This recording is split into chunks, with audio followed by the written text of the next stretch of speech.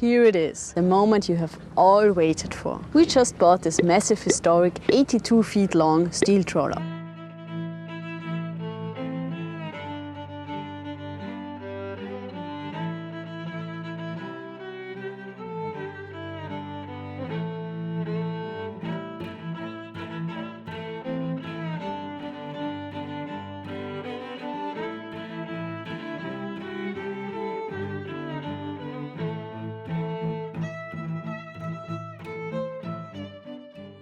Hello, great to see you again. We are Daniel and Barbara. We bought the sailing ship. This is the adventurous story of how we bought the ship, how we restore the ship, and how we sail the ship. But first things first. We bought a ship, but not just any ship, a massive historic steel trawler. She was built as a fishing vessel, then she was a topsail schooner and even competed in the famous Catisac tall ship race, and in the end she was an artist workshop in Amsterdam. We found her, bought her, and are now on the way to bring her back to former glory and convert her once again into a tall ship.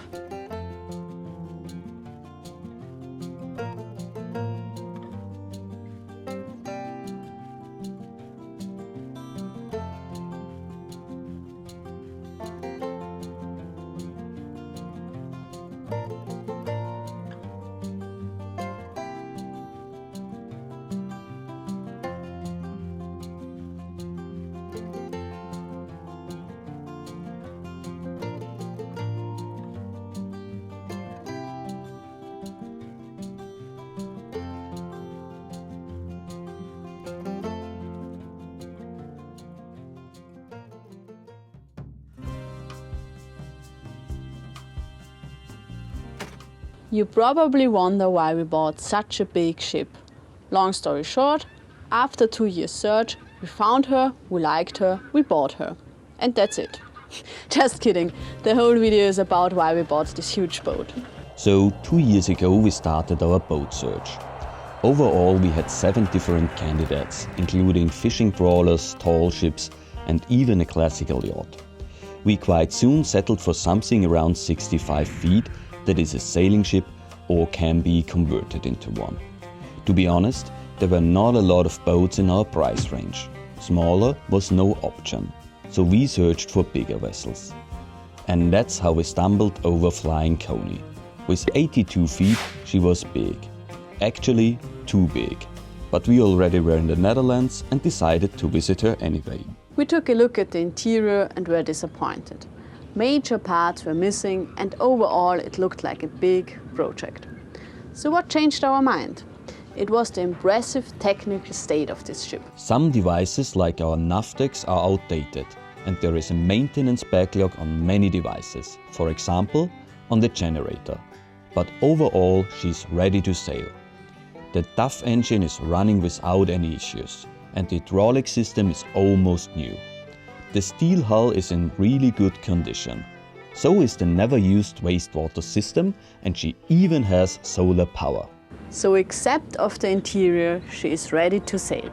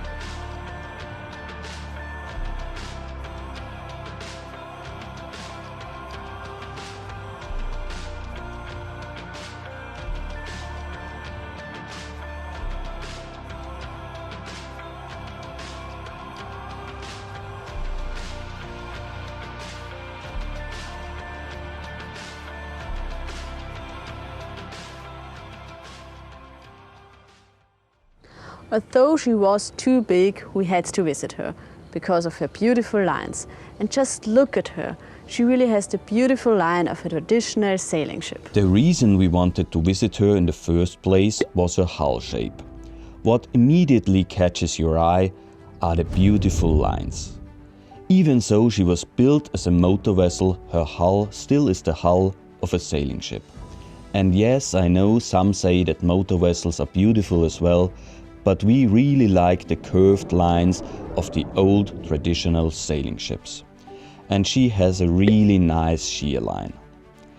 Right now, however, she is an ugly duckling because of the marvelous, unattractive quarterdeck built by the artist.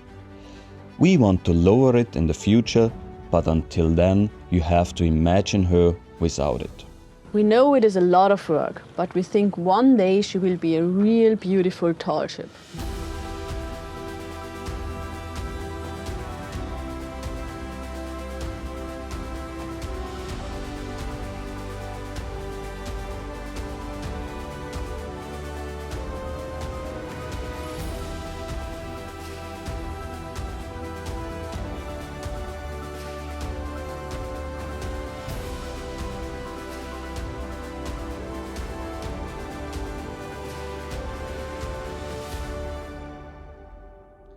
But it wasn't just her beauty or the technical state.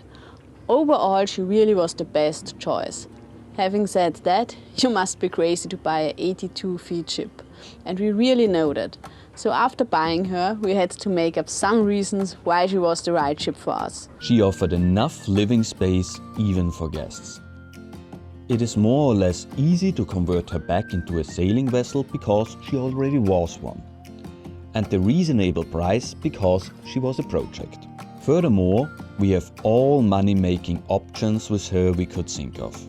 We can go out with day guests, to team buildings or sail trainings. And we could also sail cargo like the Tres Hombres. You see, we didn't run headless into this project. At least, that's what we keep telling ourselves. Anyhow, I'm sure she makes a pretty great story on YouTube. If you just thought the same, then like this video. We are in for a long, exciting project and we would really like to welcome you aboard.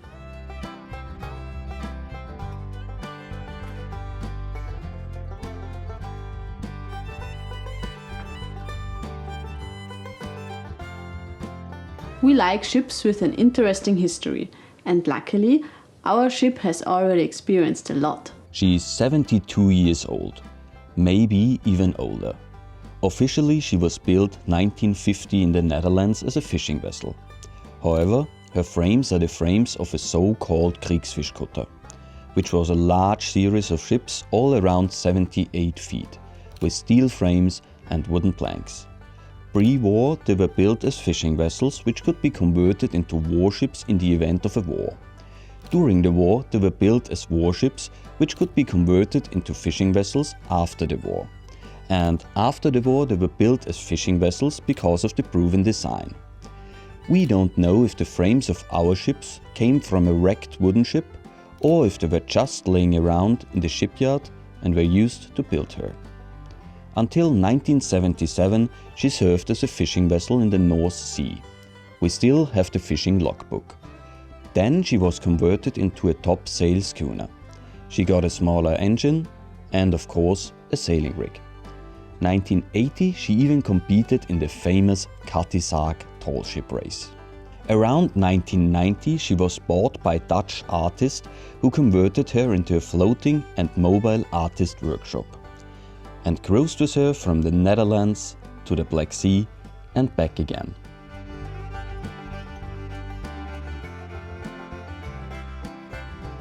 For us, her history as a sailing ship was good news, because we are sailors and we always wanted a sailing ship. And converting her back to one is what this channel is all about.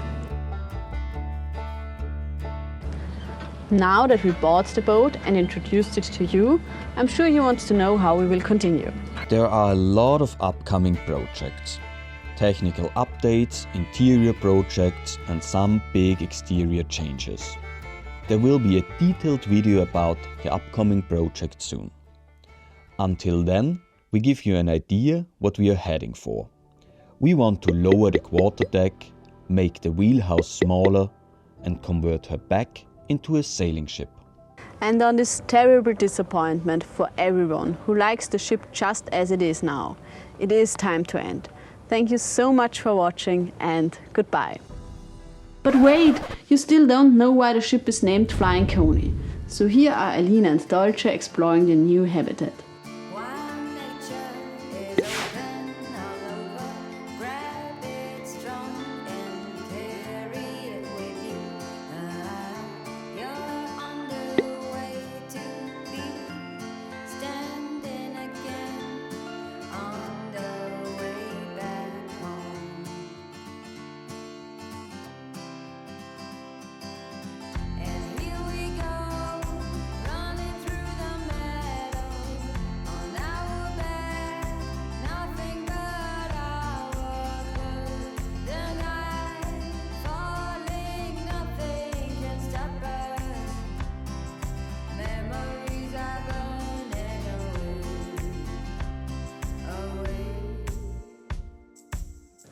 Thank you so much for watching, and if you made it till now, see you next time.